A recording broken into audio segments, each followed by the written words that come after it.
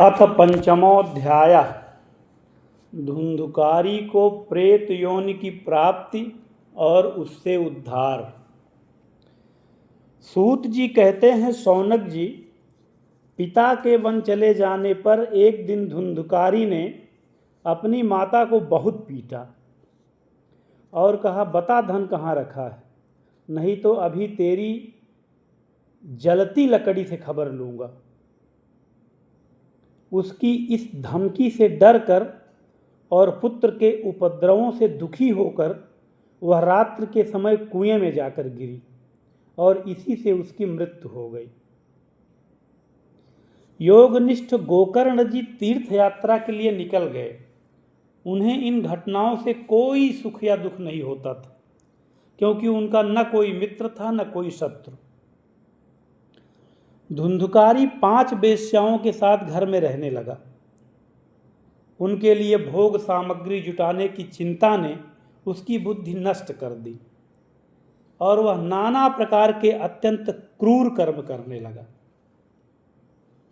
एक दिन उन कुलटाओं ने उससे बहुत से गहने मांगे। वह तो काम से अंधा हो रहा था। मौत की उसे कभी याद नहीं आती थी। बस उन्हें जुटाने के लिए वह घर से निकल पड़ा। वह जहाँ तहाँ बहुत सा धन चुरा कर घर लौट आया और उन्हें कुछ सुंदर वस्त्र और आभूषण लाकर दिए। चोरी का बहुत माल देखकर रात्रि के समय स्त्रियों ने विचार किया कि यह नित्य ही चोरी करता है, इसलिए इसे किसी दिन अवश्य राजा पकड़ लेगा। राजा यह सारा धन छीन कर इसे निश्चय ही प्राण दंड देगा। जब एक दिन इसे मरना ही है, तब हम ही धन की रक्षा के लिए गुप्त रूप से इसको क्यों न मार डालें। इसे मारकर हम इसका माल मता लेकर जहाँ कहीं चली जाएंगी। ऐसा निश्चय कर उन्होंने सोए हुए धुंधुकारी को रस्सियों से कस दिया और उसके गले में फांसी लगाकर उसे मारने का प्रयत्न किया। इससे जब वह जल्दी न मरा तो उन्हें बड़ी चिंता हुई। तब उन्होंने उसके मुख पर बहुत से दहकते अंगारे डाले। इससे वह अग्नि की लपटों से बहुत छटपटा कर मर गया। उन्होंने उसके शरीर को एक गड्ढे में डालकर गाड़ दिया। सच है, स्त्रियां प्रायः बड़ी दुस्साहसी होती हैं। उनके इस कृत्य का किसी को भी पता न चला। लोगों के पूछने पर कह देती थी कि हमारे प्रियतम पैसे के लोभ से अब की बार कहीं दूर चले गए हैं, इसी वर्ष के अंदर लौट आएंगे। बुद्धिमान पुरुष को दुष्टा स्त्रियों का कभी विश्वास नहीं करना चाहिए। जो मूर्ख इनका विश्वास करता है उसे दुखी होना पड़ता है। इनकी वाणी तो अमृत के समान कामियों के हृदय में रस का संचार करती है, किंतु हृदय छुरे की धार के समान तीक्ष्ण होती हैं। भला इन स्त्रियों का कौन प्यारा है।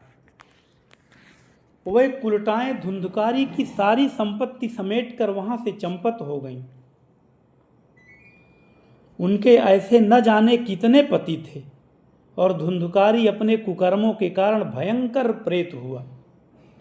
वह बवंडर के रूप में सर्वदा 10 दिशाओं में भटकता रहता था तथा शीत घाम से संतप्त और भूख प्यास से व्याकुल होने के कारण हा दयो चिल्लाता रहता था, परंतु उसे कहीं भी कोई आश्रय न मिला।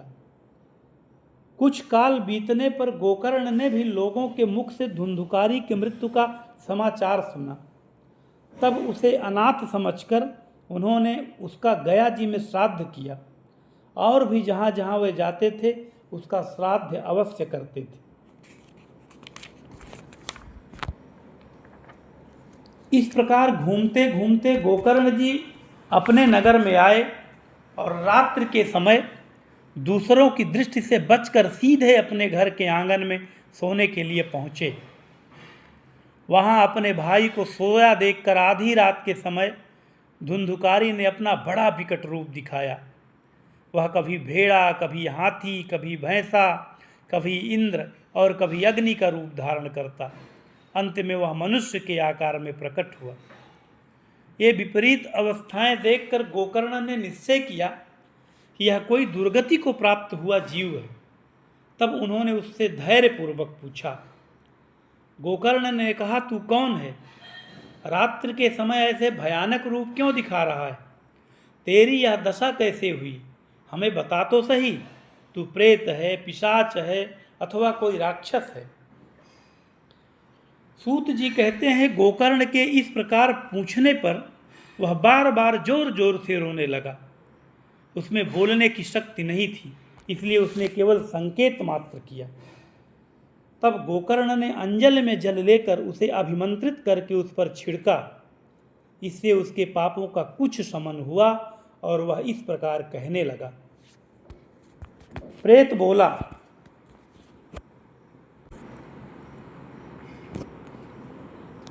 मैं तुम्हारा भाई हूं। मेरा नाम है धुंधुकारी। मैं अपने ही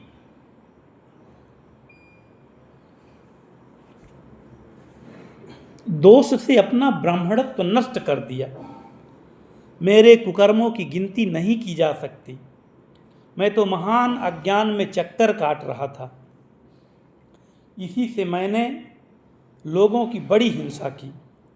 अंत में कुल्टा स्त्रियों ने मुझे तड़पा तड़पा कर मार डाला। इसी से अब प्रेत यौन में पड़कर यह दुर्दशा भोग रहा हूं। अब दैववश कर्म का फल उदय होने से मैं केवल वायु भक्षण करके जी रहा हूं। भाई, तुम दया के समुद्र हो। अब किसी प्रकार जल्दी ही मुझे इस योनि से छुड़ाओ। गोकर्ण ने धुंधुकारी की सारी बातें सुनी और तब उससे बोले। गोकर्ण ने कहा, भाई, मुझे इस बात का बड़ा आश्चर्य है। मैंने तुम्हारे लिए विधि पूर्वक गया जी में पिंडदान किया, फिर भी तुम प्रेत योनि से मुक्त कैसे नहीं हुए? यदि गया श्राद्ध से भी तुम्हारी मुक्ति नहीं हुई, तब इसका और कोई उपाय ही नहीं है। अच्छा, तुम सब बात खोल कर कहो, मुझे अब क्या करना चाहिए? प्रेत ने कहा, मेरी मुक्ति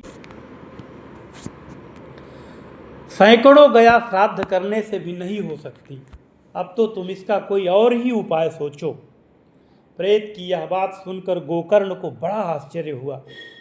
वे कहने लगे, यदि सैकड़ों गया श्राद्धों से भी तुम्हारी मुक्ति नहीं हो सकती, तब तो तुम्हारी मुक्ति असंभव ही है। अच्छा, अभी तो तुम निर्भय होकर अपने स्थान पर रहो। मैं विचार करके तुम्हारी मुक्ति के लिए कोई दूसरा उपाय करूंगा। गोकर्ण की आज्ञा पाकर धुंधुकारी वहां से अपने स्थान पर चला आया। इधर गोकर्ण ने रात भर विचार किया, तब भी उन्हें कोई उपाय नहीं सूझा। प्रातःकाल उनको आया देखकर लोग प्रेम से उनसे मिलने आए। तब गोकर्ण ने रात में जो कुछ जिस प्रकार हुआ था वह सब उन्हें सुना दिया। उनमें जो लोग विद्वान, योगनिष्ठ, ज्ञानी और वेदज्ञ थे, उन्होंने भी अनेकों शास्त्रों को उलट पलट कर देखा, तो भी उसकी मुक्ति का कोई उपाय न मिला। तब सबने यह निश्चय किया कि इस विषय में सूर्य नारायण जो आज्ञा करेंगे वही करना चाहिए। अतः गोकर्ण ने अपने तपोबल से सूर्य की गति को रोक दिया। उन्होंने स्तुति की, भगवान, आप सारे संसार के साक्षी हैं। मैं आपको नमस्कार करता हूँ। आप मुझे कृपा करके धुंधुकारी की मुक्ति का साधन बताइए। गोकर्ण की यह प्रार्थना सुनकर सूर्यदेव ने दूर से ही स्पष्ट शब्दों में कहा, श्रीमद् भागवत से मुक्ति हो सकती है, इसलिए तुम उसका सप्ताह पारायण करो। सूर्य की यह धर्ममय वचन वहाँ सभी ने सुना। तब सबने यही कहा कि प्रयत्न पूर्वक यही करो, है भी अब साधन बहुत सरल। अतः गोकर्ण जी भी तदनुसार निश्चय करके कथा सुनाने के लिए तैयार हो गए। देश और गांव से अनेक लोग कथा सुनने के लिए आए। बहुत से लंगड़े, लूले, अंधे, बूढ़े और मंदबुद्ध पुरुष भी अपने पापों की निवृत्ति के लिए उद्देश्य से वहां आ पहुँचे। इस प्रकार वहां इतनी भीड़ हो गई कि उसे देखकर देवताओं को भी आश्चर्य होता था। जब गोकर्ण जी व्यास गद्दी पर बैठकर कथा कहने लगे, तब वह प्रेत भी वहां आ पहुंचा और इधर उधर बैठने के लिए स्थान ढूंढने लगा। इतने में ही उसकी दृष्टि एक सीधे रखे हुए 7 गांठ के बांस पर पड़ी। उसी के नीचे के छिद्र में घुसकर वह कथा सुनने के लिए बैठ गया। वायु रूप होने के कारण वह बाहर कहीं भी बैठ नहीं सकता था, इसलिए बांस में घुस गया। गोकर्ण जी ने एक वैष्णव ब्राह्मण को मुख्य श्रोता बनाया और प्रथम स्कंध से भी स्पष्ट स्वर में कथा सुनानी आरंभ कर दी। सायंकाल में जब कथा को विश्राम दिया गया तब एक बड़ी विचित्र बात हुई। वहाँ सभासदों के देखते देखते उस बांस की एक गांठ तड़ तड़ शब्द करती फट गई। इसी प्रकार दूसरे दिन सायंकाल में दूसरी गांठ फटी और तीसरे दिन उसी समय तीसरी। इस प्रकार 7 दिनों में 7 गांठों को फोड़कर धुंधुकारी 12 स्कंधों के सुनने से पवित्र होकर प्रेत योनि से मुक्त हो गया और दिव्य रूप धारण करके सबके सामने प्रकट हुआ। उसका मेघ के समान श्याम शरीर पीतांबर और तुलसी की मालाओं से सुशोभित था तथा सिर पर मनोहर मुकुट और कानों में कमनीय कुंडल झिलमिला रहे थे। उसने तुरंत अपने भाई गोकर्ण को प्रणाम करके कहा, भाई तुमने कृपा करके मुझे प्रेत योनि की यातनाओं से मुक्त कर दिया। यह प्रेत पीड़ा का नाश करने वाली श्रीमद् भागवत की कथा धन्य है तथा श्री कृष्णचंद्र के धाम की प्राप्ति कराने वाला इसका सप्ताह पारायण भी धन्य है। जब सप्ताह श्रवण का योग लगता है तब सब पाप थर्रा उठते हैं कि अब यह भागवत की कथा जल्दी ही हमारा अंत कर देगी। जिस प्रकार आग गीली सूखी छोटी बड़ी सब तरह की लकड़ियों को जला डालती है, उसी प्रकार यह सप्ताह श्रवण मन वचन और कर्म द्वारा किए हुए नए पुराने छोटे बड़े सभी प्रकार के पापों को भस्म कर देता है। विद्वानों ने देवताओं की सभा में कहा है कि जो लोग इस भारतवर्ष में श्रीमद् भागवत की कथा नहीं सुनते उनका जन्म वृथा ही है। भला मोहपूर्वक लालन पालन करके यदि इस अनित्य शरीर को हिष्ट पुष्ट और बलवान भी बना लिया तो भी श्रीमद् भागवत की कथा सुने बिना इससे क्या लाभ हुआ। अस्थियां ही इस शरीर के आधार स्तंभ हैं। नस नाड़ी रूप रस्सियों से यह बंधा हुआ है। ऊपर से इस पर मांस और रक्त थोप कर इसे चर्म से मढ़ दिया गया है। इसके प्रत्येक अंग में दुर्गंध आती है क्योंकि है तो यह मलमूत्र का भांड ही। वृद्धावस्था और शोक के कारण यह परिणाम में दुखमय ही है। रोगों का तो घर ही ठहरा। यह निरंतर किसी न किसी कामना से पीड़ित रहता है, कभी इसकी तृप्ति नहीं होती। इसे धारण किए रहना भी एक भार ही है। इसके रोम रोम में दोष भरे हुए हैं और नष्ट होने में इसे एक क्षण भी नहीं लगता। अंत में यदि इसे गाड़ दिया जाता है तो इसके कीड़े बन जाते हैं। कोई पशु खा जाता है तो यह विष्ठा हो जाता है और अग्नि में जला दिया जाता है तो भस्म की ढेरी हो जाता है। ये 3 ही इसकी गतियां बताई गई हैं। ऐसे अस्थिर शरीर से मनुष्य अविनाशी फल देने वाला काम क्यों नहीं बना लेगा।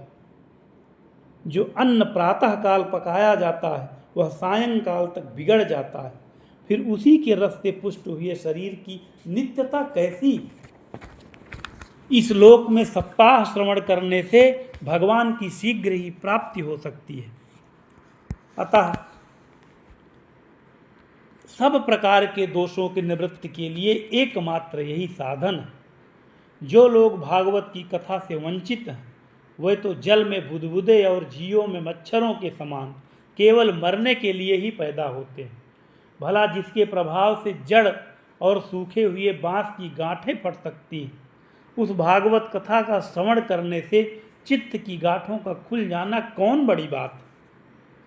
सप्ताह श्रवण करने से मनुष्य के हृदय की गांठ खुल जाती है, उसके समस्त संशय छिन्न भिन्न हो जाते हैं और सारे कर्म क्षीण हो जाते हैं। यह भागवत कथा रूप तीर्थ संसार के कीचड़ को धोने में बड़ा ही पटु है। विद्वानों का कथन है कि जब यह हृदय में स्थित हो जाता है तब मनुष्य की मुक्ति निश्चित ही समझनी चाहिए। जिस समय धुंधुकारी ये सब बातें कह रहा था जिसके लिए बैकुंठवासी पार्षदों के सहित एक विमान उतरा। उससे सब ओर मंडलाकार प्रकाश फैल रहा था। सब लोगों के सामने ही धुंधुकारी उस विमान पर चढ़ गया। तब उस विमान पर आए हुए पार्षदों को देखकर उनसे गोकर्ण ने यह बात कही। गोकर्ण ने पूछा, भगवान के प्रिय पार्षदों, यहाँ हमारे अनेकों शुद्ध हृदय श्रोतागण हैं। उन सब के लिए आप लोग एक साथ बहुत से विमान क्यों नहीं लाए? हम देखते हैं कि यहाँ सभी ने समान रूप से कथा सुनी है, फिर फल में इस प्रकार का भेद क्यों हुआ, यह बताइए। भगवान के सेवकों ने कहा, हे मानद, इस फलभेद का कारण इनके श्रवण का भेद ही है। यह ठीक है कि श्रवण तो सबने समान रूप से ही किया है, किंतु इसके जैसा मनन नहीं किया। इसी से एक साथ भजन करने पर भी उसके फल में भेद रहा। इस प्रेत ने 7 दिनों तक निराहार रहकर श्रवण किया था तथा सुने हुए विषय का स्थिर चित्त से यह खूब मनन निधिध्यासन भी करता रहता था। जो ज्ञान दृढ़ नहीं होता वह व्यर्थ हो जाता है।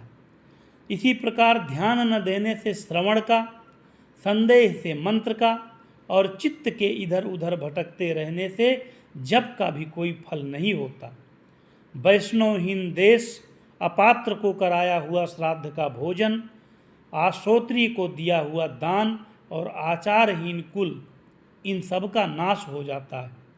गुरु वचनों में विश्वास, दीनता का भाव, मन के दोषों पर विजय और कथा में चित्त की एकाग्रता इत्यादि नियमों का यदि पालन किया जाए तो श्रवण का यथार्थ फल मिलता है।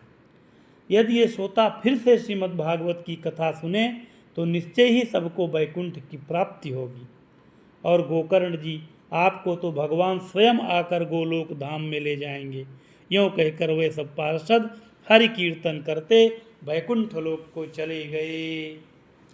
श्रावण मास में गोकर्ण जी ने फिर उसी प्रकार सप्ताह क्रम से कथा कही और उन श्रोताओं से उसे फिर सुना। नारद जी, इस कथा की समाप्ति पर जो कुछ हुआ वह सुनिए। वहाँ भक्तों से भरे हुए विमानों के साथ भगवान प्रकट हुए। सब ओर खूब जय जयकार और नमस्कार की ध्वनियाँ होने लगी।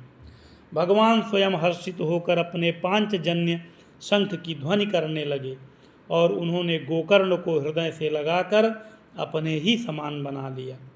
उन्होंने क्षण भर में ही अन्य सब श्रोताओं को भी मेघ के समान श्याम वर्ण, रेशमी पीताम्बरधारी तथा किरीट और कुंडलादि से विभूषित कर दिया। उस गांव में कुत्ते और चांडाल पर्यंत जितने भी जीव थे वे सभी गोकर्ण जी की कृपा से विमानों पर चढ़ा लिए गए तथा जहाँ जोगी जन रहते हैं उस भगवत धाम में वे भेज दिए गए। इस प्रकार भगवत भक्त वत्सल भगवान श्री कृष्ण कथा श्रवण से प्रसन्न होकर गोकर्ण जी को साथ ले अपने ग्वाल बालों के प्रिय गोलोक धाम में चले गए। पूर्व काल में जैसे अयोध्यावासी भगवान श्री राम के साथ साकेत धाम सिधारे थे, उसी प्रकार भगवान श्री कृष्ण उन सबको योगी दुर्लभ गोलोक धाम को ले गए, जिस लोक में सूर्य, चंद्रमा और सिद्धों की भी कभी गति नहीं हो सकती। उससे वे श्रीमद् भागवत श्रवण करने से चले गए।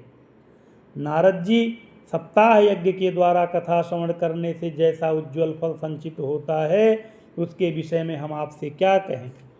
जिन्होंने अपने कर्णपुट से गोकर्ण जी की कथा के एक अक्षर का भी पान किया था वे फिर माता के गर्भ में नहीं आए। जिस गति को लोग वायु, जल या पत्ते खाकर शरीर सुखाने से बहुत काल तक घोर तपस्या करने से और योगाभ्यास से भी नहीं पा सकते, उसे वे सप्ताह श्रवण से सहज में ही प्राप्त कर लेते। इस परम पवित्र इतिहास का पाठ चित्रकूट पर विराजमान मुनीश्वर सांडिल्य भी ब्रह्मानंद में मग्न होकर करते रहते हैं। यह कथा बड़ी ही पवित्र है, एक बार के श्रवण से ही समस्त पाप राशि को भस्म कर देती है। यदि इसका श्राद्ध के समय पाठ किया जाए तो इससे पृथुगण को बड़ी तृप्ति होती है और नित्य पाठ करने से मोक्ष की प्राप्ति होती है। इति श्री पद्म पुराणे उत्तरखंडे श्रीमद्भागवत महात्म्ये गोकर्ण मोक्ष वर्णनम नाम पंचमोऽध्यायः।